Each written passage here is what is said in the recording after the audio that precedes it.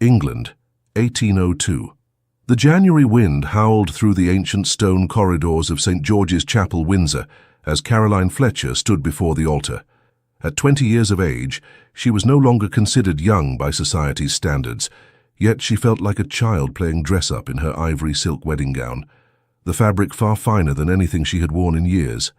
"Speak now, or forever hold your peace," the vicar intoned, his voice echoing in the cavernous space.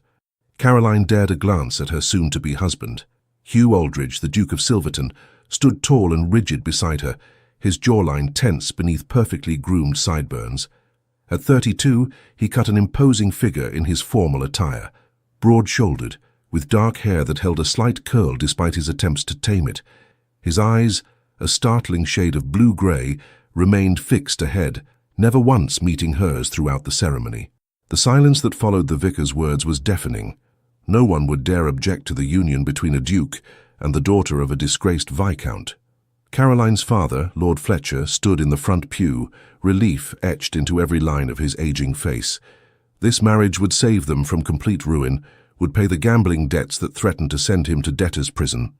When it came time to speak her vows, Caroline's voice trembled only slightly. "I, Caroline Elizabeth Fletcher, take thee, Hugh William Aldridge." The Duke's responses were clipped and cold. Not once did his expression soften, not even as he slipped the gold band onto her finger.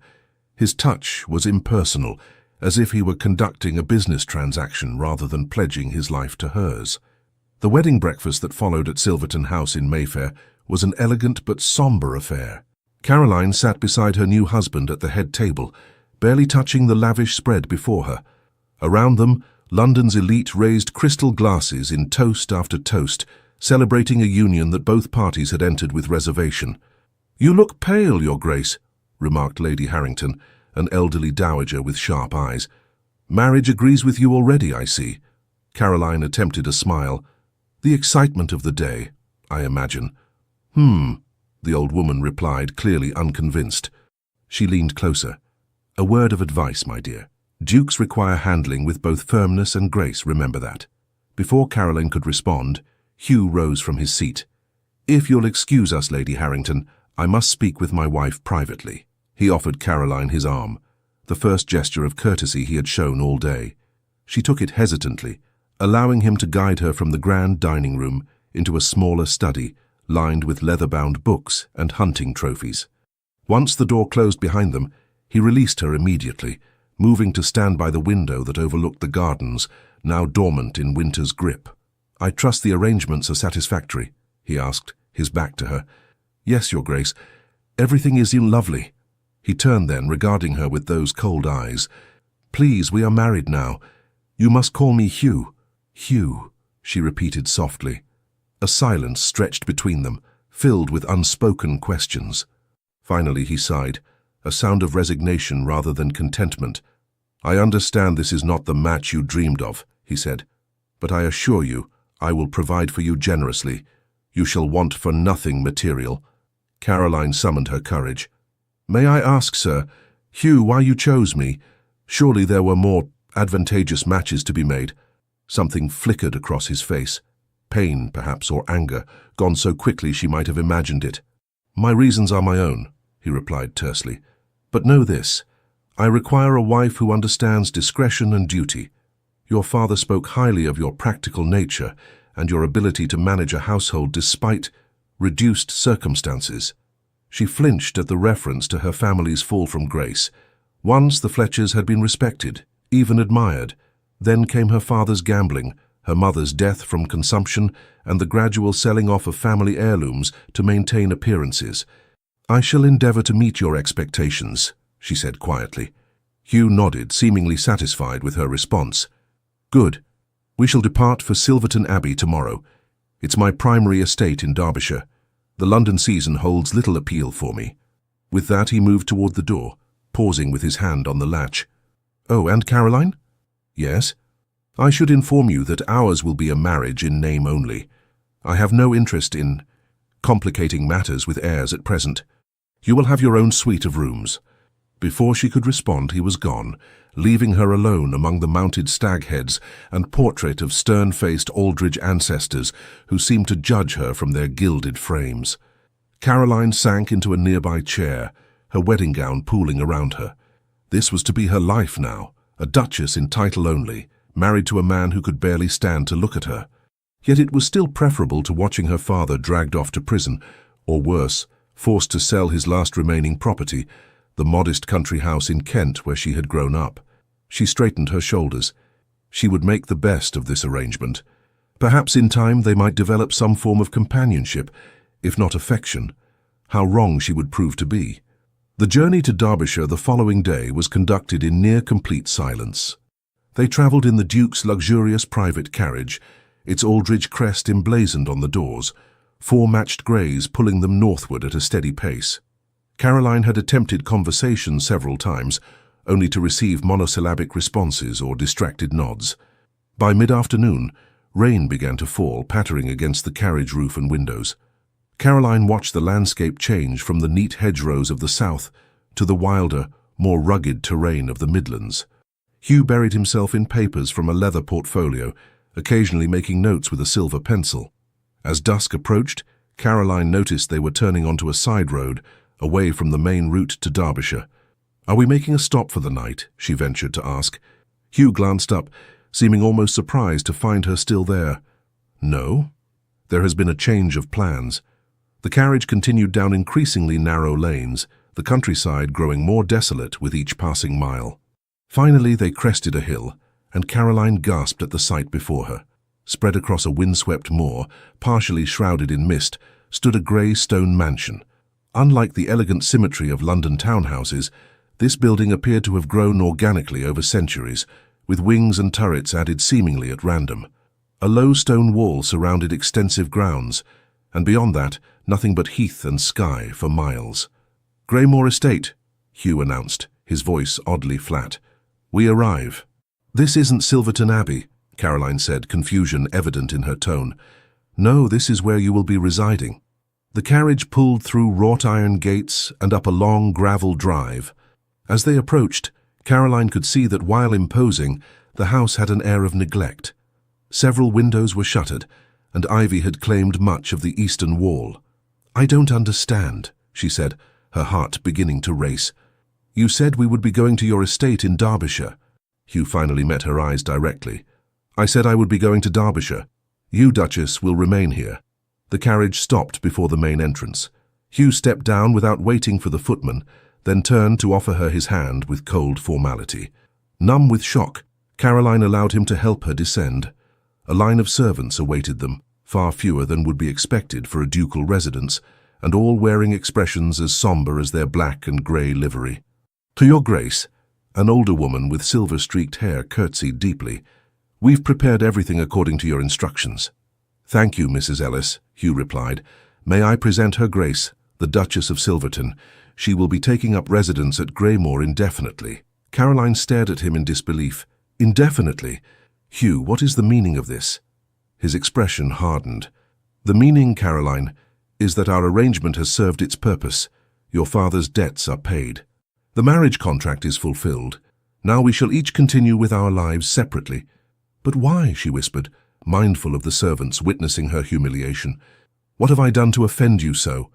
"Nothing," he said, and for a moment, something like regret crossed his features. "This was always my intention. I require a duchess for legal matters, not a wife in my home." Rain began to fall more heavily, soaking through Caroline's travelling cloak. Hugh seemed not to notice, or perhaps not to care. "Mrs. Ellis will see to your needs," he continued briskly. "You will have an adequate allowance for household management and personal expenses. The estate includes tenant farms that provide some income, which you may direct as you see fit." "And you?" Caroline asked, fighting to keep her voice steady. "Where will you be?" "Anywhere but here," he replied coldly. "Greymoor has unpleasant associations for me.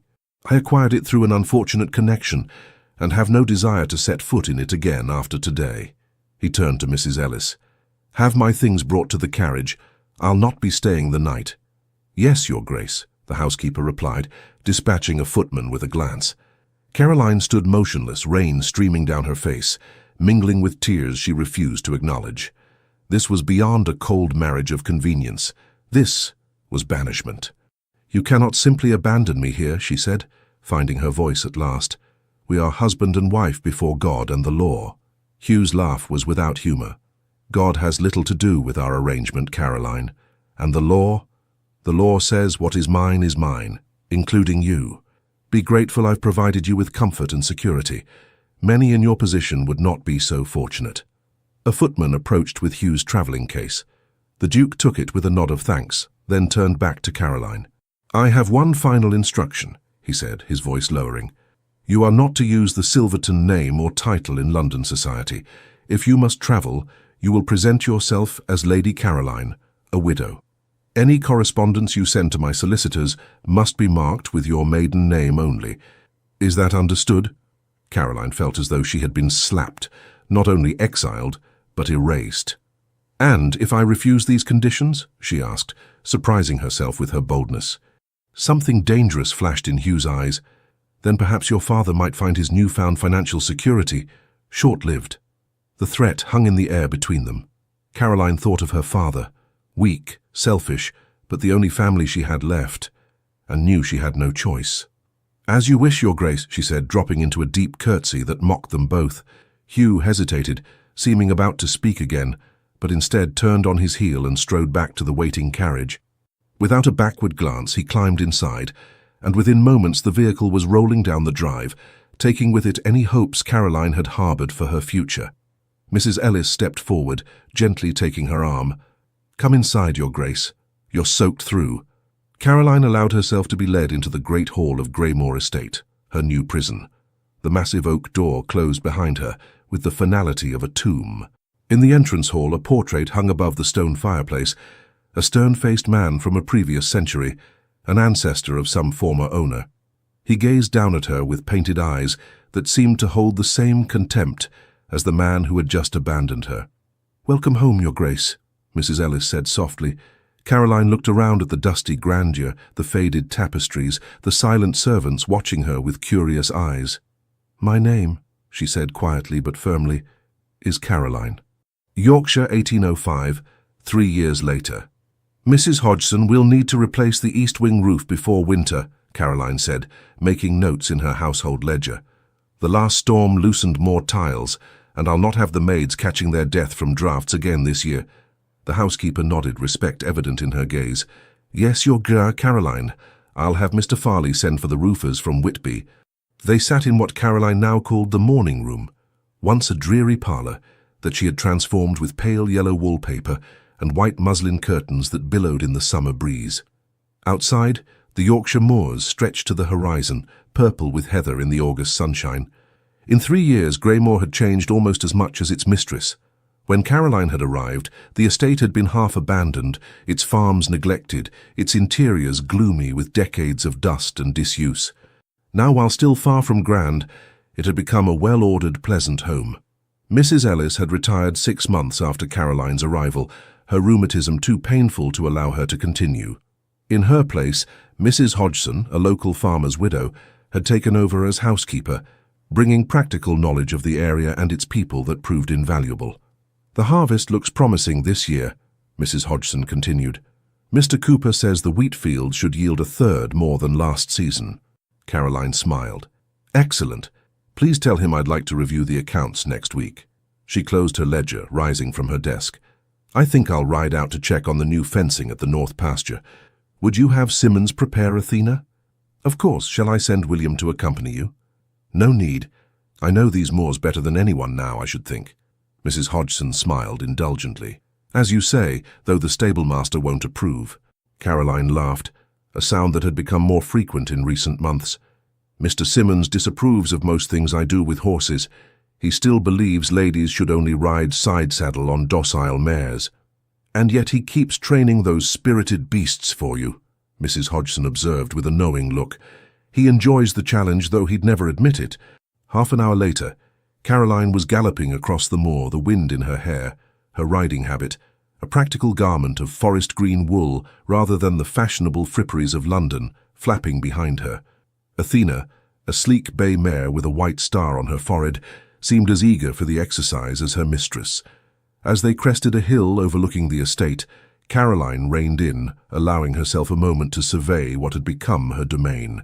Greymore sprawled below, its grey stone walls softened by climbing roses she had planted in her first spring. Beyond the main house, tenant cottages dotted the landscape, their chimneys sending up thin spirals of smoke. Fields of golden wheat and barley stretched toward the east, while sheep grazed on the higher ground to the north. It wasn't the life she had imagined, but it was hers.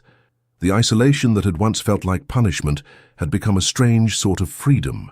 Here, far from London society and its judgments, she answered to no one. She made decisions, solved problems, earned the respect of those who worked the land. The quarterly allowance from the Duke's solicitors arrived like clockwork, accompanied by terse notes acknowledging receipt of her reports on the estate's management. The sums were generous enough to maintain Greymore comfortably, with enough left over for modest improvements. Caroline had learned to budget carefully, to plan for lean years, to invest in the estate's future. She had received exactly 3 personal communications from Hugh in 3 years. The first, 6 months after her exile, had been a formal notification of her father's death from apoplexy. The second, a year later, was a curt note informing her that he had arranged for her childhood home in Kent to be sold, with the proceeds added to her allowance. The third, received just last month, had been the strangest. A single line asking if she required anything for her comfort at Greymore. She had not replied. Turning Athena toward the north pasture, Caroline pondered that last message. Why, after years of silence, would he suddenly express concern for her comfort? Perhaps his conscience troubled him, though she doubted he possessed such a thing. The new fencing was progressing well, she noted upon reaching the pasture. The sturdy oak posts would keep the sheep safely contained even in the worst winter storms. Satisfied, she was about to return to the house when she noticed a rider in the distance, approaching from the direction of the village. It was Dr. Bennet, Greymore's nearest neighbour and the local physician. Caroline waved, guiding Athena toward him. "Good day, Dr. Bennet," she called as they drew closer. "What brings you out this way?" Edward Bennet was a man of about 40, with kind eyes and a beard just beginning to show threads of silver. He had been one of the few neighbours to call upon Caroline after her arrival, offering friendship without prying into her unusual circumstances. "Lady Caroline," he greeted her with a warm smile, "I was hoping to find you. I've just returned from London with news and thought you might appreciate a visitor." They fell into step, their horses walking side by side toward Greymore. "London? How fared the metropolis? I scarce remember it these days." "Crowded, noisy, and altogether too warm for summer," he replied good-naturedly. "I was attending a medical conference at St. Bartholomew's." Caroline nodded. Dr. Bennet was unusually progressive in his practice, always seeking new knowledge and treatments. "And what news do you bring? Has peace with France been declared at last?" "Alas, no. Bonaparte continues his conquests, but I did hear something that might interest you more personally." He hesitated. "It concerns the Duke of Silverton." Caroline's hands tightened on the reins, causing Athena to toss her head in protest. "Oh? Has His Grace taken a new bride, perhaps? I'm surprised it took him this long." Dr. Bennet gave her a shrewd look. "No, nothing of that sort. There was talk that he's been ill, quite seriously from what I gathered." "Ill?" Despite everything, Caroline felt a twinge of something. Concern. Curiosity. What ails him? The specifics were vague, as such matters often are among the nobility. Something about a fever contracted during his travels. He was in India, I believe. Caroline frowned. She had not known Hugh had gone abroad. "Is he expected to recover?" That was unclear. "Lord Hartley, you remember him, the gentleman with the gout who visited his sister near here last summer. He mentioned seeing the Duke at his club looking like death warmed over, to quote him directly." They had reached the stable yard. Caroline dismounted, passing Athena's reins to a waiting groom.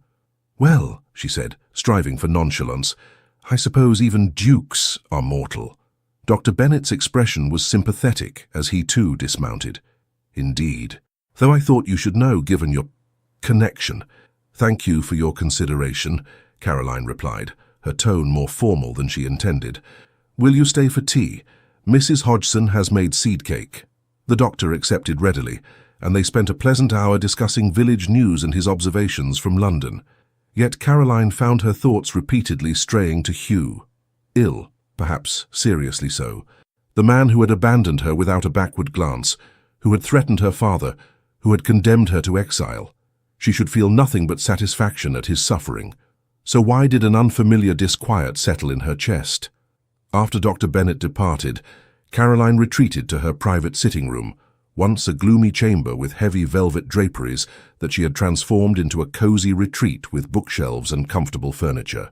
The pianoforte in the corner, ordered from York 2 years ago, had been her one true indulgence. Music had always soothed her, and in the long, quiet evenings at Greymore, it had become her faithful companion. She sat at the instrument now, running her fingers over the keys without playing. Hugh ill in London, perhaps even dying. What would become of her if he died? Would his heir, some distant cousin, she presumed, honour the arrangements that kept Greymore functioning? Or would she find herself truly homeless, without even this remote refuge? The practical questions were easier to contemplate than the emotional tangle beneath them. In 3 years she had built a life from the ruins of his rejection. She had found purpose, respect, even contentment.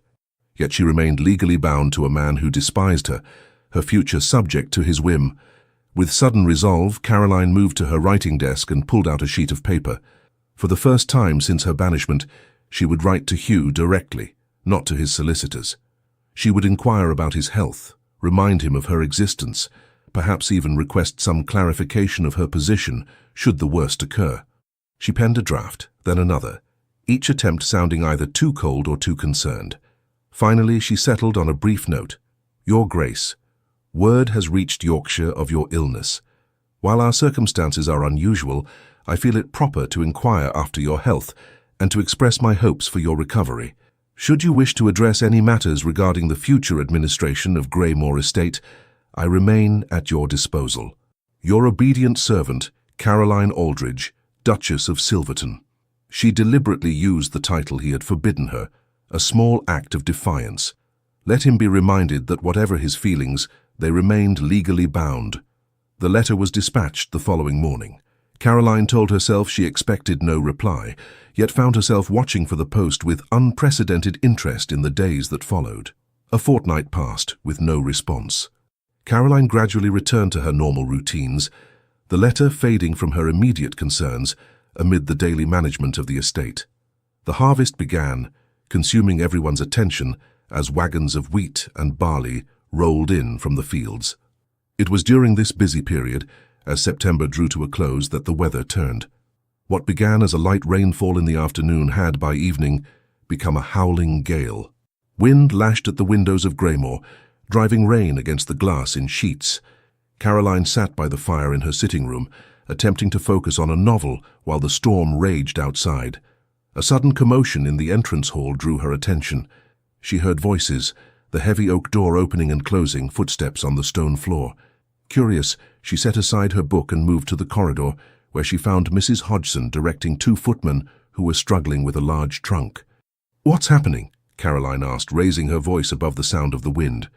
Mrs. Hodgson turned, her expression a mixture of alarm and excitement. "A visitor, your Caroline, arrived just now in the worst of the storm." "A visitor? In this weather? Who would—" Before she could complete the question, the entrance hall door opened again, admitting a gust of wind, rain, and a tall figure in a dripping greatcoat. The hood fell back, revealing a face Caroline had not seen in 3 years but would have known anywhere. Hugh Aldridge, Duke of Silverton, stood in her hall, looking like a man who had ridden through hell itself to reach her door. "Hello, Caroline," he said, his voice hoarse with exhaustion. "I believe we have much to discuss." Caroline froze, certain she must be dreaming. Hugh stood before her, rain dripping from his greatcoat onto the stone floor, his face haggard and drawn in ways that went beyond mere travel fatigue. His once immaculate appearance was dishevelled, his hair longer than fashion dictated, his cheeks hollow beneath several days' growth of beard. "Your Grace," she finally managed, falling back on formality as a shield. "This is unexpected." A ghost of a smile crossed his lips. "Indeed. May I—" He swayed slightly, catching himself against the doorframe. Caroline's instincts overrode her shock. "Mrs. Hodgson, have a fire lit in the blue bedchamber immediately, and send to the kitchen for hot soup and tea." She turned to the footman. "Simmons, help His Grace upstairs." "That won't be necessary," Hugh protested, straightening with visible effort. "I'm perfectly capable." Whatever he meant to say was lost as his knees buckled. The footman lunged forward, catching him before he could fall. "Stubborn as ever," Caroline muttered, moving quickly to his other side. "Upstairs now." Between them, they managed to guide Hugh up the grand staircase to the east wing, where the blue bedchamber, the finest guest room at Greymore, awaited. By the time they reached it, servants had already lit a roaring fire and turned down the bedcovers. "Leave us," Caroline instructed, once Hugh was seated in a chair by the fire. "Bring hot water and towels, then the food when it's ready." When they were alone, she studied him more carefully. His skin had a sallow undertone that spoke of recent illness, and fine lines had appeared around his eyes that hadn't been there 3 years ago. Yet those eyes remained the same startling blue-grey, now watching her with an intensity that made her uncomfortable. "So you should remove that wet coat before you catch your death," she said briskly, falling into the practical role that had become second nature. Hugh complied without argument, a worrying sign in itself. As he struggled with the heavy wool, Caroline moved to help him, then stopped herself, uncertain of the boundaries between them. "Thank you," he said quietly as he finally shed the garment. Beneath it, his clothes were relatively dry, though crumpled from travel. "Your hospitality is more than I deserve." Caroline busied herself hanging the coat near the fire. "Why are you here, Hugh?" He didn't answer immediately, staring into the flames. "I received your letter.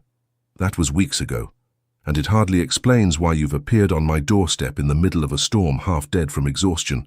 I wasn't in London when it arrived. I was at Silverton Abbey recovering." He looked up at her. "The rumours of my illness were not exaggerated. Malaria, contracted in Bengal. The doctors weren't certain I would survive." Despite everything, Caroline felt a pang of sympathy. "Yet here you are." "Yes, here I am." His gaze travelled around the room, noting the changes she had made. The lighter wallpaper, the vase of late roses on the dressing table, the books stacked neatly beside the bed. "You've transformed Greymore." "I've had 3 years to do so," she replied, unable to keep the edge from her voice. A knock at the door announced the arrival of hot water and towels. Caroline directed the maid to leave them on the washstand, then excused herself while Hugh refreshed himself. She used the moment's reprieve to gather her thoughts in the corridor outside. Hugh, here, after all this time. The reality of it was still sinking in. What could possibly have driven him to make such a journey, especially in his weakened state? When she returned, he had washed the travel grime from his face and hands and looked marginally more like the aristocrat she remembered. He stood by the window, watching the storm lash the moors. "A bleak prospect," he commented. "I never understood why my uncle was so attached to this place." "Your uncle?" Caroline asked, surprised by this new piece of information. Hugh nodded. "Greymore belonged to my mother's brother, Lord Cavendish, a recluse with peculiar habits. When he died without issue, the property came to me. You never mentioned this before." "I never mentioned many things." He turned from the window to face her. "That is why I'm here, Caroline. There are truths you deserve to know." Another knock heralded the arrival of soup, bread, and tea. Caroline directed the maid to set the tray on the small table by the fire, then dismissed her. "Eat first," she instructed Hugh. "Whatever revelations you've brought can wait until you've restored your strength." To her surprise, he obeyed without protest, sitting down to consume the simple meal with evident appreciation. Caroline took a chair opposite him, pouring tea for them both. The domesticity of the scene struck her as surreal, serving tea to the husband who had abandoned her, in the house to which he had exiled her. When Hugh had finished eating, colour had returned to his face, though the shadows beneath his eyes remained. He leaned back in his chair, cradling his teacup in long, elegant fingers. "Thank you," he said simply. "I had forgotten how direct you can be. Most women of my acquaintance would have swooned at my appearance, then pestered me with questions while I collapsed from hunger." "I am not most women," Caroline replied, "nor am I truly of your acquaintance, despite our legal connection." He winced at that. "A fair point." Setting aside his cup, he met her gaze directly. "I owe you an explanation for my actions 3 years ago." "Yes, you do." It will not be a pleasant tale, nor one that excuses my behavior. But perhaps it might help you understand. Caroline nodded, bracing herself. I'm listening. Hugh rose, moving to stand by the fire. The flames cast his face in sharp relief, highlighting the new hollows in his cheeks. You asked, on our wedding day, why I chose you as my bride. I gave you a partial truth, that I required a wife who understood discretion and duty. What I didn't tell you was why I needed such qualities. He paused, seeming to gather his thoughts. Have you heard of Lady Eleanor Brampton? The name was vaguely familiar to Caroline. I believe so, the daughter of the Marquess of Wexford. There was some scandal. Yes, 7 years ago she was the most celebrated debutante of the season. Beautiful, accomplished, from an impeccable family. His voice took on a bitter edge. I was 25, newly invested with the dukedom after my father's death. Eleanor and we formed an attachment. Caroline listened silently, beginning to see where this tale might lead. We became engaged. The wedding was to be the social event of the year. Hugh's hands clenched at his sides. A week before the ceremony, I discovered she had been carrying on a clandestine affair with my closest friend, Richard Harlow, Viscount Pemberley. Oh, Caroline breathed. How dreadful for you. Hugh laughed without humor. The betrayal was excruciating, yes, but what followed was worse. When I confronted Eleanor, she confessed not only to the affair but to being with child, Pemberley's child. She begged me to go through with the wedding, to claim the child as my own, to save her from disgrace. And you refused, Caroline guessed. Of course I refused. I was young, proud, furious at the deception. I broke the engagement publicly, exposing her infidelity to all of London. His expression darkened. 2 days later, Eleanor took her own life. She drowned herself in the lake at her father's estate. Caroline gasped. How terrible! Terrible indeed. Her family was devastated. Her father, the Marquis, blamed me entirely. He claimed I had driven her to despair with my callous rejection. Many in society agreed. Hugh's voice grew hollow. Perhaps they were right. Had I handled the matter more discreetly, had I shown more compassion, you cannot blame yourself for her choices, Caroline said softly. She deceived you cruelly. Hugh shook his head. A man in my position has responsibilities beyond his personal feelings. I failed in those responsibilities, and a young woman died, her unborn child with her. He returned to his chair, sitting heavily. The scandal was immense. The Marquess swore to ruin me socially and financially. My reputation was in tatters. Even the Prince Regent suggested I remove myself from London until the matter faded from memory. So you retreated to Silverton Abbey? For 2 years, yes. I avoided society completely. When I finally returned to London, I found attitudes toward me had softened somewhat, but the Wexford family's animosity remained undiminished. He met her eyes directly. Which brings me to you, Caroline. Me? She frowned, confused by the connection. By then, I had resolved never to marry. I would let the title pass to my cousin upon my death, but my solicitor informed me that certain entailed properties, including Silverton Abbey itself, could only pass to a direct heir or a widow. Without either, they would revert to the crown. Understanding began to dawn on Caroline. So you needed a wife to secure your inheritance, but not a true marriage. Hugh nodded. I required a bride who would accept unusual terms, who would not expect love or even companionship. When your father approached my solicitor about a potential match, suggesting you would accept almost any arrangement to save your family from ruin, it seemed convenient. Caroline felt a chill that had nothing to do with the storm outside. I was a business transaction. Yes, he admitted, though I told myself I was being generous, rescuing you from poverty.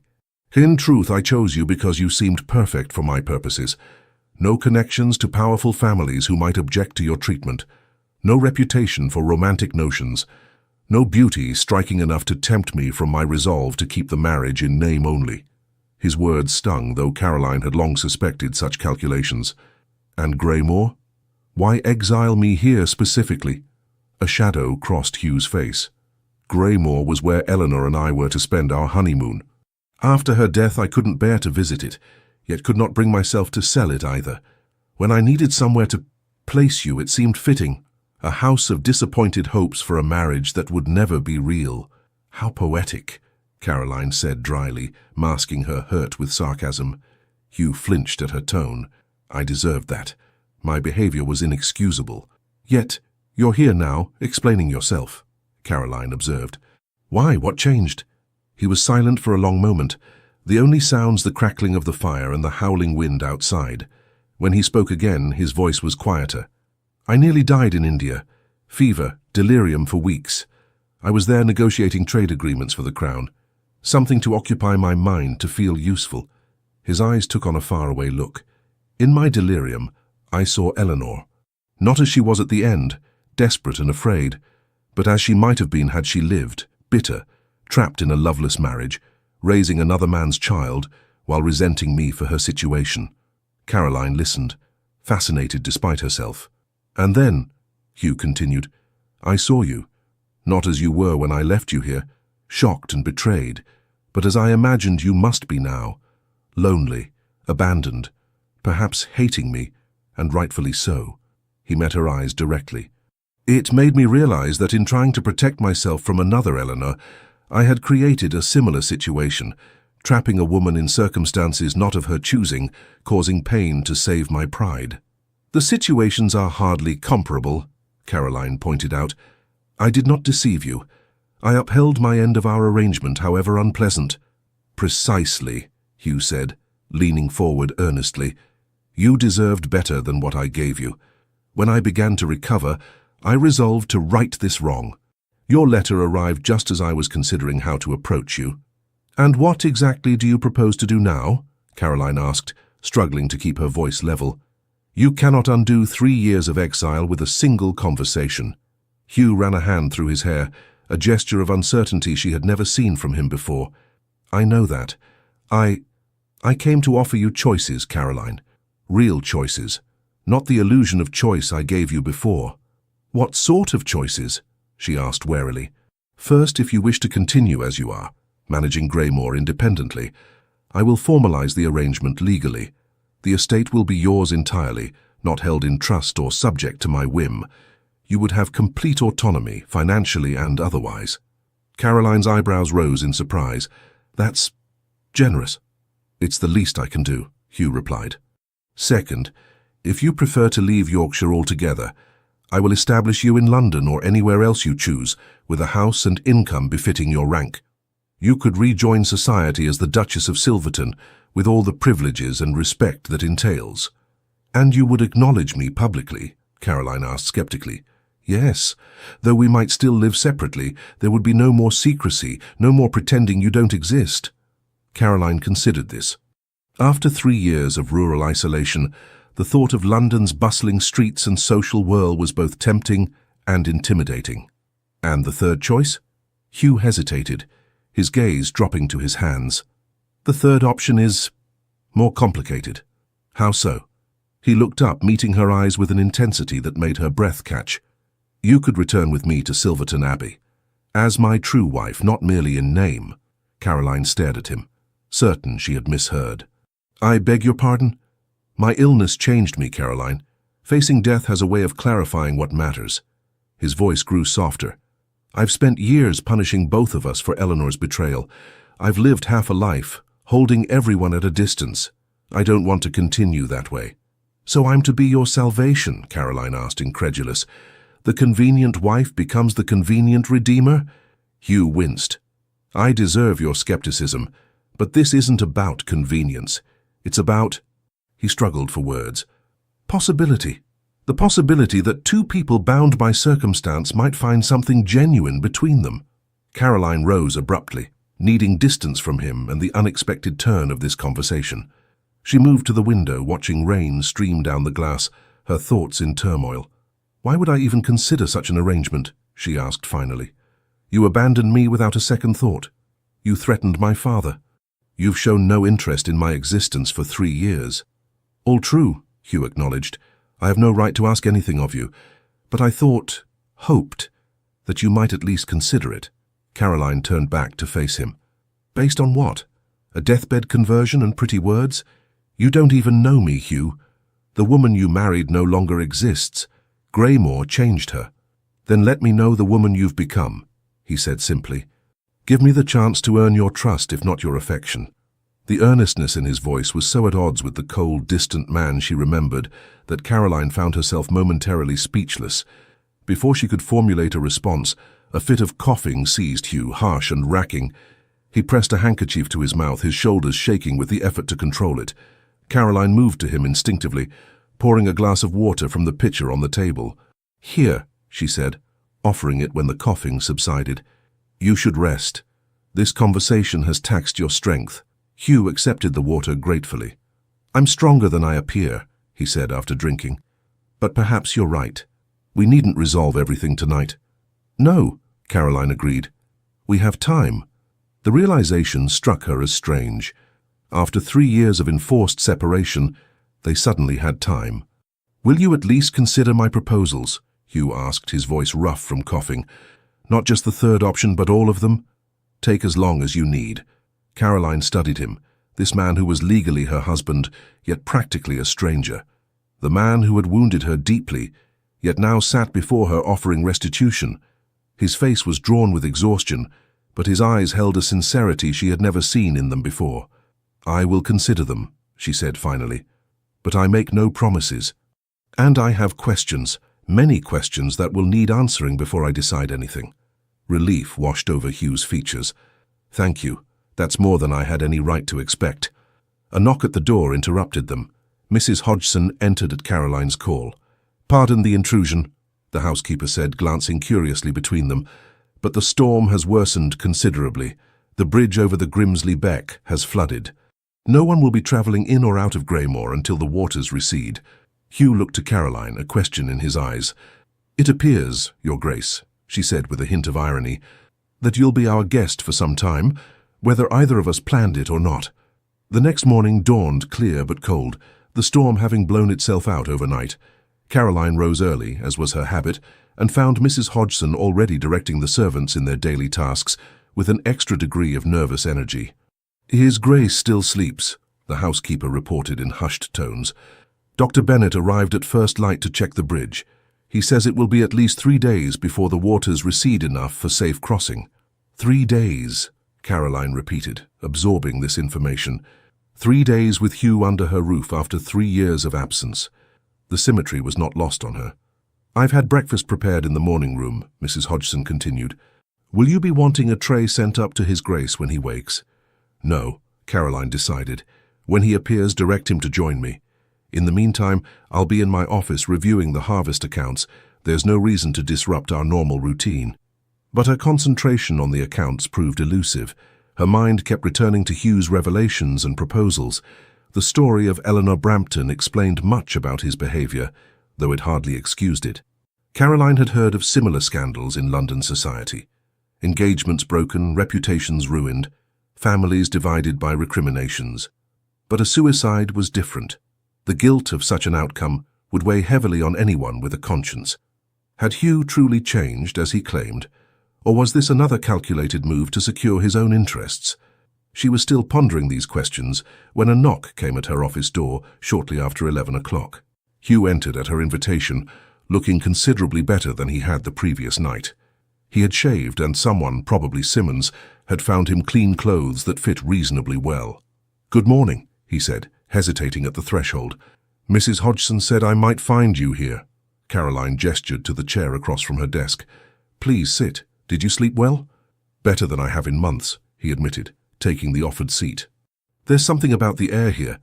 I had forgotten how clean it smells after rain." An awkward silence fell between them. Caroline was acutely aware of how strange it was to be conducting what amounted to morning small talk with the man who had abandoned her at this very house. "I understand we're to be weather-bound for several days," Hugh said finally. "So it seems.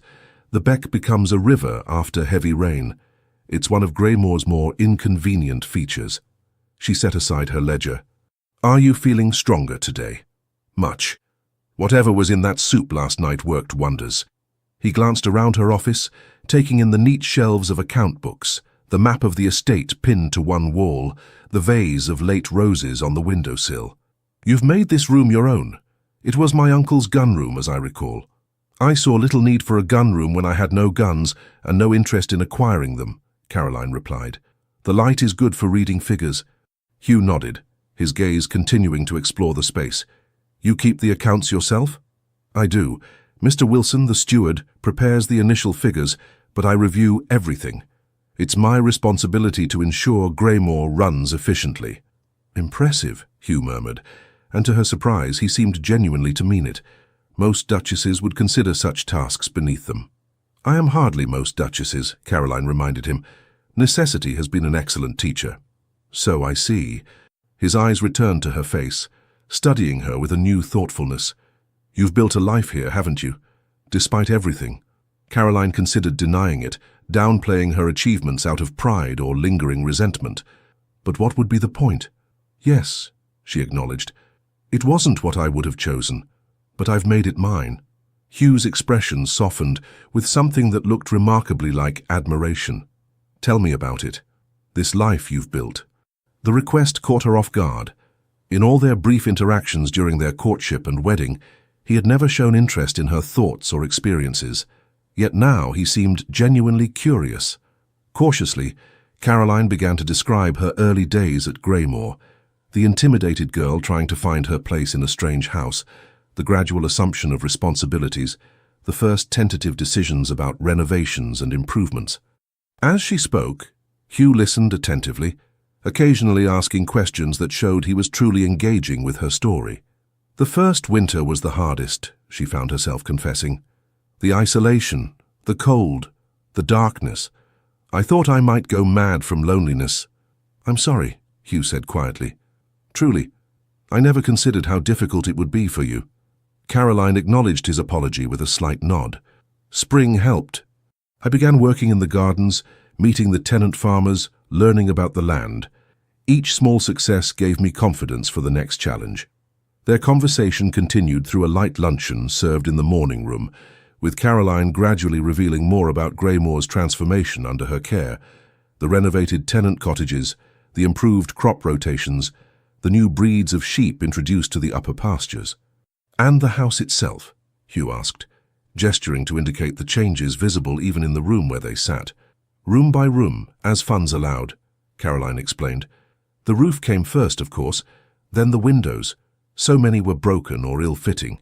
The redecoration was a more recent indulgence. It suits you, Hugh observed. Light, practical, yet not without beauty. His eyes lingered on her face as he spoke, causing a strange flutter in Caroline's chest that she firmly suppressed. Thank you, she said, rising from the table. Now, if you'll excuse me, I have matters to attend to this afternoon. Please feel free to explore the house or rest as you prefer. Dinner is served at 7. Hugh stood as well, looking as though he wanted to say more but thinking better of it. Of course, thank you for your time, Caroline. She left him there, needing space to collect her thoughts. This new attentive Hugh was disconcerting, so different from the cold, dismissive man who had left her at Greymore's door 3 years ago. Part of her warned that it could be an act, a calculated charm to win her compliance with whatever he truly wanted. Yet another part, a part she had thought long silenced, wondered if perhaps his illness had genuinely changed him. If, faced with mortality, he had recognized the emptiness of a life dictated by pride and fear. As the afternoon progressed, Caroline found herself watching Hugh surreptitiously as he explored Greymore. From her office window, she observed him walking in the garden, pausing to examine the roses she had planted along the south wall.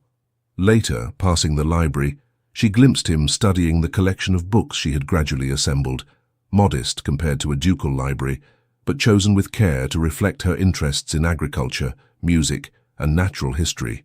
By the time they met again for dinner, Caroline had resolved to use their enforced proximity to learn more about this changed man who claimed to want a second chance. Whether his transformation was genuine or merely expedient, understanding his true motives would help her make a clear-eyed decision about her future. Dinner was served in the small dining room. Caroline had never used the grand formal dining hall with its oversized table that would seat 30. Hugh arrived punctually, dressed in what must have been his traveling clothes, now cleaned and pressed. Caroline wore one of her simpler evening gowns, a deep blue silk that she had ordered from York the previous year. As they took their seats, an air of formality descended that had been absent from their earlier conversations. The presence of footmen serving each course seemed to remind them both of their respective positions. Duke and Duchess, estranged yet still bound by law, and now breaking bread at the same table. "I spent some time in your library today," Hugh remarked as the soup course was served. "Your collection on agricultural improvements is quite comprehensive." "A necessity rather than a luxury," Caroline replied. "When I arrived, Greymoor's farming methods were decades behind the times. I needed to educate myself quickly." "Nevertheless impressive. I particularly noted Young's 6-month tour through the north of England, not light reading by any measure." Caroline couldn't help a small smile. "No, but invaluable for understanding the potential of these northern soils. Have you read it?" "Parts," Hugh admitted, "though I confess I found his prose style somewhat laborious." "That's diplomatic of you," Caroline said, her smile widening slightly. "I found it positively soporific in places, but the information was worth the struggle." A hint of answering amusement flickered in Hugh's eyes, and for a brief moment something like natural rapport existed between them.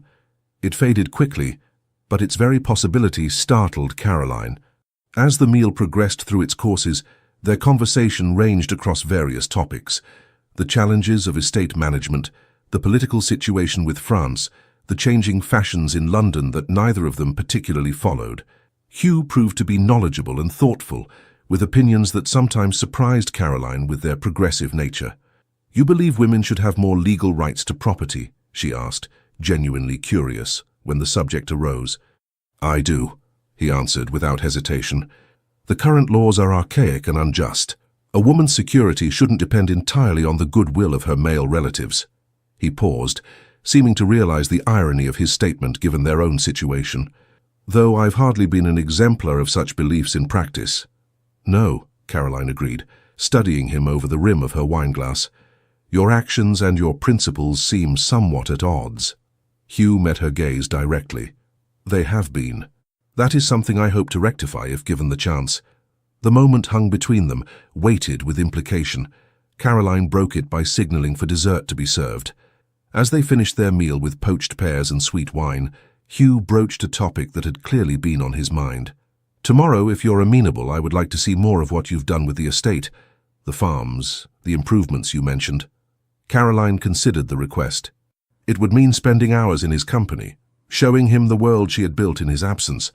Yet it would also give her further opportunity to gauge his sincerity. "Very well," she agreed. "We can ride out after breakfast. The weather should be favorable, according to Mr. Simmons." "Thank you," Hugh said, and again that unexpected sincerity colored his tone.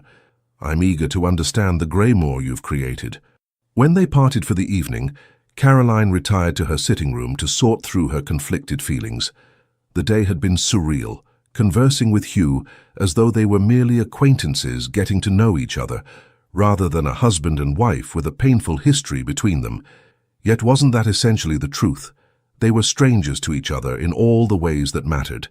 Their brief courtship had been conducted through solicitors and chaperones, their wedding a cold business arrangement, their marriage a legal fiction. Now, for the first time, they were actually speaking to each other as people, learning each other's thoughts, observing each other's habits and preferences. The question remained, to what end? What did she truly want from this unexpected reunion? Independence, security, respect. These she had already fought for and won through her own efforts at Greymoor. Did she want more? Could she trust Hugh's apparent change of heart? And even if she could, was she willing to risk the peace she had built for the uncertain promise of a true marriage? Caroline had no answers as she finally retired to bed. But as she drifted toward sleep, one thought crystallized with surprising clarity. Whatever choice she made, it would be hers alone this time, not forced by circumstance or dictated by others. In that, at least, she and Hugh now stood on equal ground. Yorkshire, 1805. The following morning dawned clear but cold. Hugh's carriage had been brought around to the front of Greymoor, his luggage loaded, the horses fresh and eager for the journey. Caroline stood on the front steps watching as Hugh gave final instructions to his coachman. They had shared breakfast amicably, but now that the moment of parting had arrived, an awkwardness had descended between them. Finally, Hugh approached her.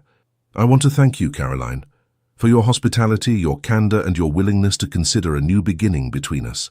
Safe journey, she replied simply. He hesitated, then reached into his coat and withdrew a small package wrapped in silk. I brought this for you. It was my mother's. I thought you might like it. Caroline unwrapped the silk to reveal a small, exquisitely crafted silver music box engraved with roses and ivy leaves. It plays a Mozart minuet, Hugh explained. She kept it on her dressing table and wound it each night. It always reminded me of her, elegant but unpretentious. Caroline opened the lid, and sweet, clear notes filled the air between them. It's beautiful, thank you. I should go, Hugh said.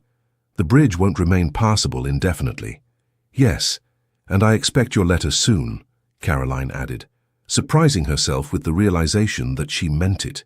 Hugh's expression brightened. Within the week, he promised. Then, with formal correctness, he bowed over her hand, his lips barely brushing her knuckles. As he straightened, their eyes met, and Caroline was startled by the mixture of hope and uncertainty she saw in his gaze. Until we meet again, Caroline, Hugh said softly. Until then, she replied. He turned and walked to his carriage. The footman closed the door, and within moments, the ducal equipage was rolling down the gravel drive toward the gates of Greymore. Caroline remained on the steps, the music box still playing in her hands, until the carriage disappeared from view. Yorkshire to Derbyshire, autumn 1805. True to his word, Hugh's first letter arrived at Greymore 5 days after his departure, delivered by special courier. The letter, written in a strong, decisive hand, surprised Caroline with its warmth. My dear Caroline, I write to you from my study overlooking the eastern gardens, where autumn is painting the trees in shades that remind me of your riding habit. The journey from Greymore was uneventful, though I confess I found the silence of travelling alone somewhat oppressive after our conversations. You asked to know more of Silverton Abbey. It is an ancient place, parts dating to the 12th century, though most is Tudor. Unlike Greymore's haphazard growth, Silverton was largely rebuilt during Elizabeth's reign, 4 wings around a central courtyard, with the original Abbey Church attached to the east wing. Since my return, I have begun reviewing the estate accounts with new eyes. Your influence, I must acknowledge. I was dismayed to discover how much I had overlooked through inattention. The tenant farms particularly show signs of the same backward practices you so effectively reformed at Greymore. I find myself wondering what you would make of it all, what improvements your practical mind would envision. I catch myself thinking, Caroline would know how to address this. Strange, is it not, how quickly one can become accustomed to valuing another's perspective. The truth is this.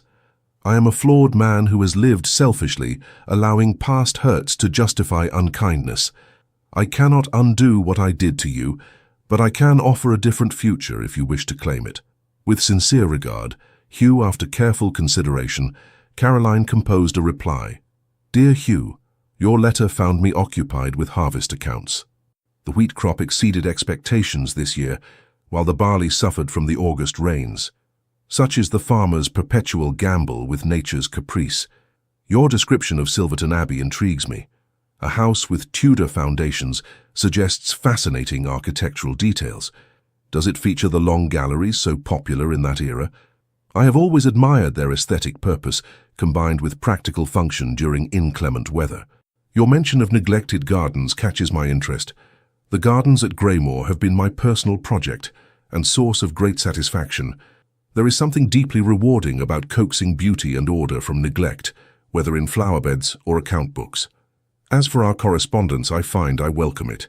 These exchanges allow us to become acquainted in ways our brief marriage did not permit.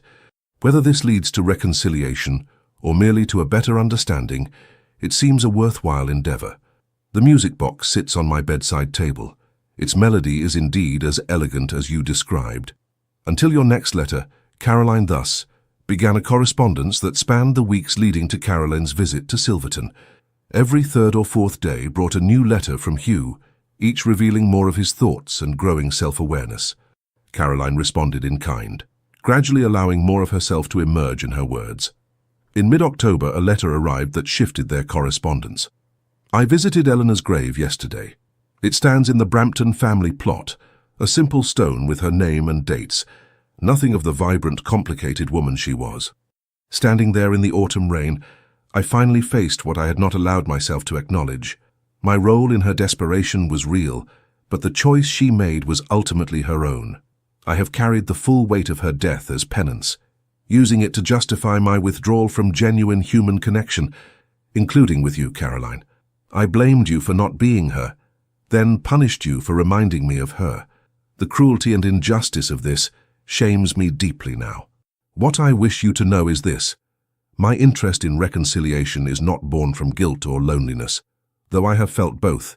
It comes from recognizing the woman of intelligence, courage, and principle that you are, a woman I never truly saw before. As the date for her visit approached, Caroline found herself both anticipating and dreading the journey. Meeting Hugh on neutral ground at Greymore had been one thing. Seeing him in his ancestral home would be quite another. Silverton Abbey, Derbyshire, November 1805. The journey from Yorkshire to Derbyshire took 2 full days. As the carriage turned onto a tree-lined drive, Caroline caught glimpses of parkland dotted with ancient oaks, their leaves in the final stages of autumn gold. The drive curved, and suddenly Silverton Abbey appeared, a magnificent Tudor building of warm red brick with stone facings, its 4 wings arranged around a central courtyard. Unlike Greymoor's forbidding grey stone, Silverton seemed to welcome visitors, its proportions grand but not overwhelming. The carriage drew up before the main entrance. Hugh stood waiting on the steps, flanked by a double line of servants. The formality struck Caroline forcefully. This was no casual visit, but her first official arrival as Duchess of Silverton. "Welcome to Silverton Abbey, Caroline," Hugh said warmly. The great hall took Caroline's breath away. Soaring 2 stories high with a hammer-beam ceiling and walls hung with ancient tapestries. Hugh guided her through stately reception rooms and finally into a long gallery that ran the length of the south wing.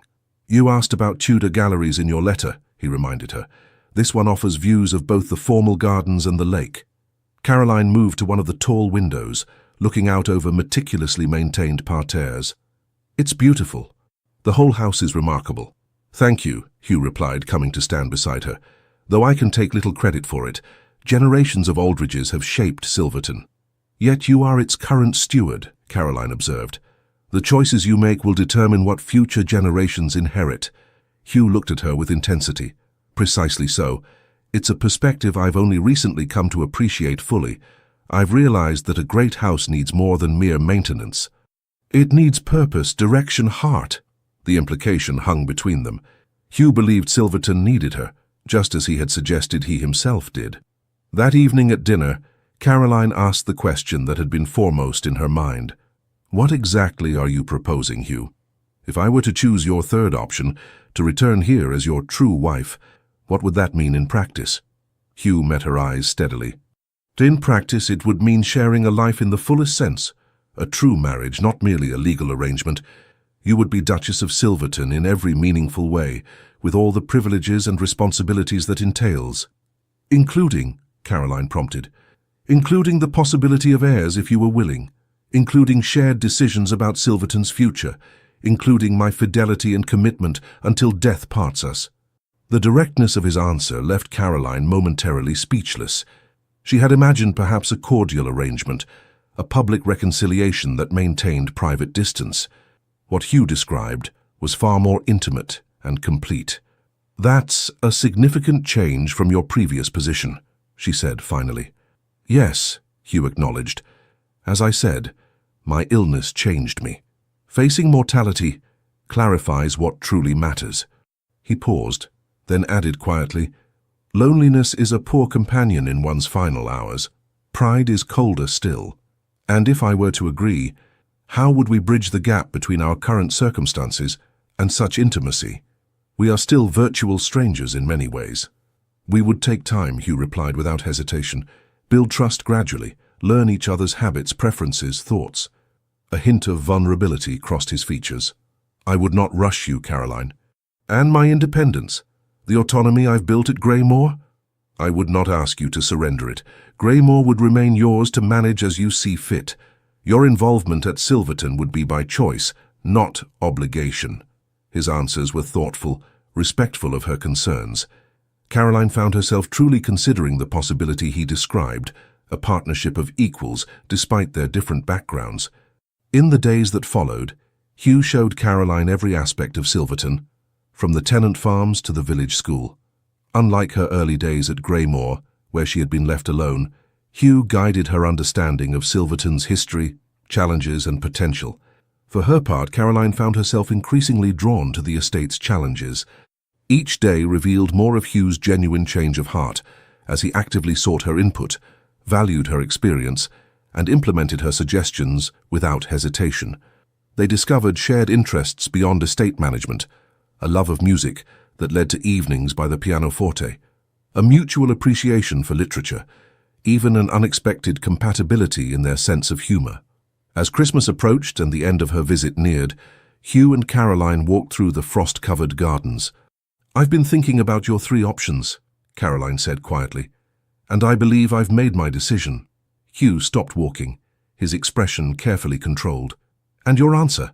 Caroline took a deep breath. "I choose the third option, to return to Silverton as your true wife, but with conditions." Relief and joy washed over Hugh's face. "Name them." "First, we continue as we have been, building trust gradually, allowing feelings to develop naturally. No expectations of immediate intimacy." "Of course," Hugh agreed readily. "Second, I maintain my independence at Greymoor. I wish to divide my time between both estates, at least initially." "Agreed. Your work there is too important to abandon."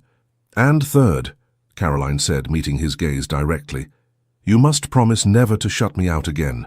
No matter what difficulties arise between us, we face them together, with honesty and respect." Hugh took her hands in his expression solemn. "I swear it, Caroline. Never again will you face coldness or abandonment from me." He paused, then added softly, "I believe I'm falling in love with you, not as an idea or a convenience, but as the remarkable woman you are." Caroline felt a smile spreading across her face, warming her from within despite the December chill. "And I believe I may be falling in love with you too. Not the Duke of Silverton, but the man who crossed England to beg forgiveness and prove himself worthy of a second chance." Hugh's eyes shone with emotion. "May I kiss you, Caroline? I've wanted to since that day at Greymoor when you challenged everything I thought I knew about you." "About us?" "Yes," she whispered. He drew her gently into his arms, and their lips met in a kiss that held both tenderness and promise. When they parted, Caroline rested her head against his chest, hearing the steady beat of his heart beneath layers of wool and linen. "Welcome home, Duchess," Hugh murmured against her hair. Caroline smiled against his coat. "Home," she repeated, testing the word and finding it true. After 3 years of exile and months of uncertainty, she had found not just a house, but a heart to call home, and a future built not on duty or convenience, but on genuine love and respect. Above them, snow began to fall, delicate flakes settling on the formal gardens of Silverton Abbey, nature's blessing on a love that had weathered storm and separation to find its way to spring. The end. Dear listener, the seasons of life, like those from Yorkshire to Derbyshire, change without consulting us. Sometimes we find ourselves exiled to desolate moors where the wind seems to cut through our very soul.